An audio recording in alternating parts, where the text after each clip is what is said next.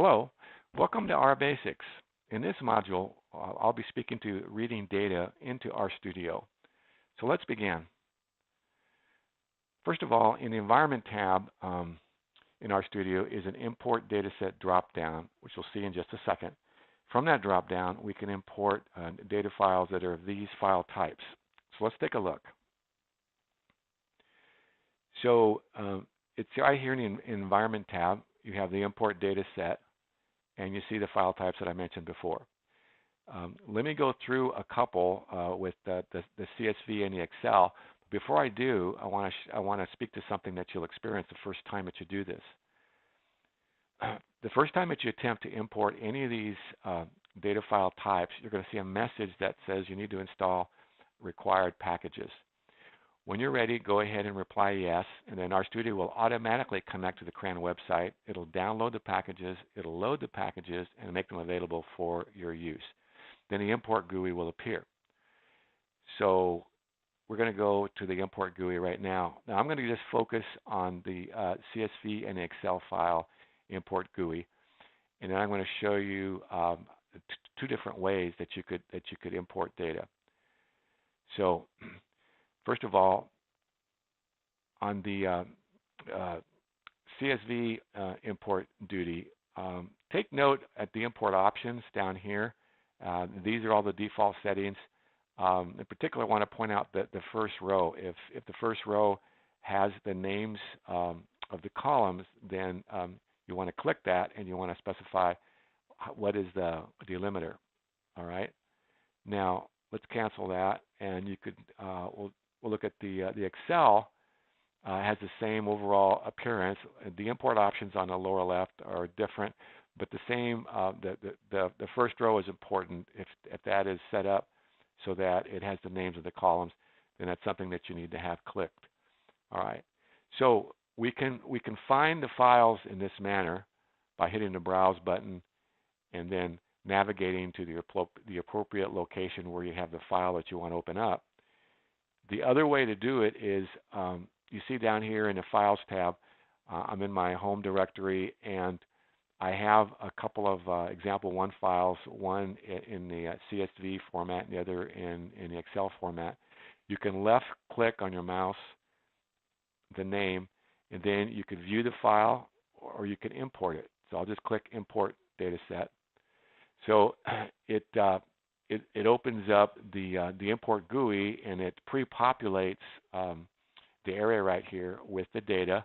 And once again, make sure that you select the right import options, and then click on Import, and your data is there. Now, what you did notice too is a brand new tab was opened up here at the upper left. It pushed down a console down here, and so now you can see your data. And you'll notice over here in the Environment tab, it says that you have 10 observations of 4 variables. So each row here is regarded as an observation, and each column is regarded as a variable. So that is very briefly how that's accomplished.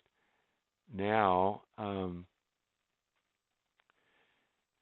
let me talk to you about reading data that's plain text data. So what I'm going to introduce to you is the read.table command, and I'm going to introduce it to you with an example.